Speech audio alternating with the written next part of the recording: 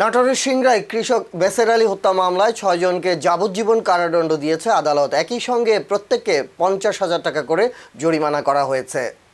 বুধবার ৮ এপ্রিল দুপুরে নাটোরের অতিরিক্ত দায়রা জজ তৃতীয় আদালতের বিচারক সাইফুল ইসলাম এ রায় ঘোষণা করেন। দণ্ডপ্রাপ্তদের মধ্যে ৪ জন আদালতে উপস্থিত ছিলেন, অন্য ২ জন পলাতক রয়েছেন। মামলার তথ্য অনুযায়ী জমি সংক্রান্ত বিরোধের জেরে ১৯৯৯ সালের ২৩ ফেব্রুয়ারি বেসের আলীকে হত্যা করা হয়। দীর্ঘ বিচারিক প্রক্রিয়া শেষে ২৭ বছর পর আদালত এই রায় দিল।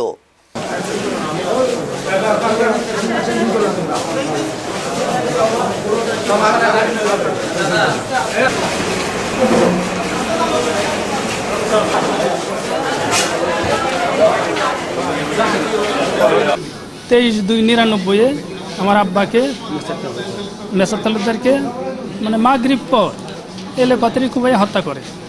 আমি মামলা করি, আমলিগ ক্ষমতায় ছিল দীর্ঘদিন, এতই অত্যাচার করছে। মামলা করার পর সাক্ষী দিতে পারি না, কোনো কোর্টে যাইতে পারি না, থানায় যাইতে পারি না, থানায় যেও হেস্তে হেস্তে করে এই আমলিগের প্রভাব। এই পর্যায়ে আমি এই সাক্ষী দিতে আসবো, সাক্ষীও দিতে দেয় না। কয়েকটা সাক্ষী ওরা ওই চেয়ারম্যান হয়ে নিয়ে জোর পূর্ব তাদেরকে নিয়ে এই বিপক্ষে সাক্ষী দিয়েছে। তারপরে আল্লাহর ইচ্ছা বিভিন্ন রকম চেষ্টা করে কিছু কিছু লোক আছে ন্যায় বিচারের স্বার্থে অনেকে সাক্ষী সত্য দিছে। আমিও আমরা ভাইসের মিলে সবাই চেষ্টা করে আইনগতভাবে শ্রদ্ধাশীল, সেক্ষেত্রে আমি চাইছি ন্যায় বিচার পাবো, আশাবাদী ছিলাম, ন্যায় বিচার পাইছি। কিন্তু তারপরেও মন কান্দে আব্বার জন্য এই হলো বিষয়, কষ্ট এটা বলার মতো ভাষা নাই। যে রায় পাইছি, রায়ে সন্তুষ্ট, কিন্তু আব্বাকে যা হারিয়েছে আব্বাকে তো ফিরে পাবো না, এটাই বড় কষ্ট আর কি।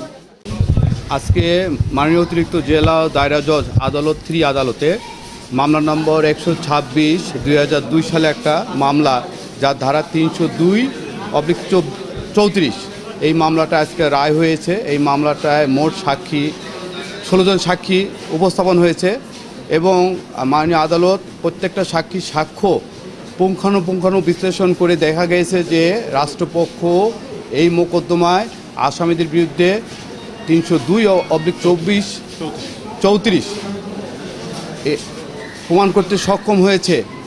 এই বিবেচনায় মাননীয় আদালত সাক্ষীদের সাক্ষ্য বিশ্লেষণ করে প্রত্যেকটা আসামিকে, মোট আসামি 8 জন, তার মধ্যে মামলা চলাকালীন অবস্থায় 2 জন মারা যায় এবং 6 জন আসামি উপস্থিত, তার মধ্যে 2 জন পলাতক এবং 4 জন আসামিকে মাননীয় আদালত যাবজ্জীবন কারাদণ্ড দিয়েছেন এবং ৫০,০০০ টাকা জরিমানা করেছেন।